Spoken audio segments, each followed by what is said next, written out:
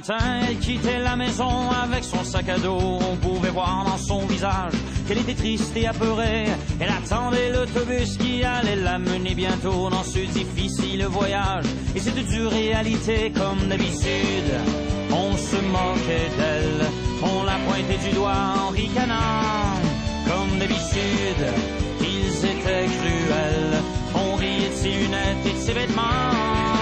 Elle s'appelait Maryse, elle était triste Maryse. Elle était la risée de son école. Elle avait peur Maryse, elle souffrait Maryse. Elle aurait tellement voulu qu'on la console. À la récré, c'était bien pire, personne ne jouait avec elle. On lui volait sa collation, on faisait tomber ses bouquins.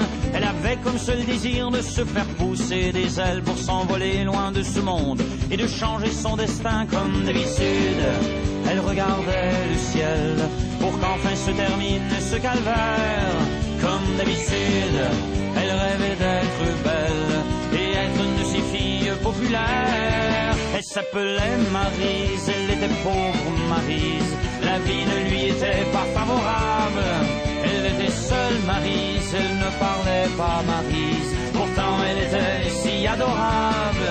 Et puis un jour, Maryse a vieilli. Elle est devenue cette femme sublime. Partout autour, elle faisait l'envie de tous dans la rue. Maintenant Maryse fascine.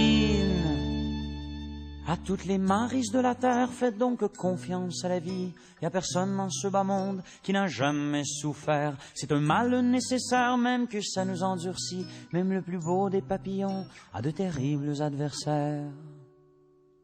Où que tu sois, Maryse, oh pardonne-moi, car j'étais un de ces enfants méchants. J'ai tellement honte d'hier et je regrette tant, car je te vois dans les yeux de mes enfants. Pardonne-moi, Maryse.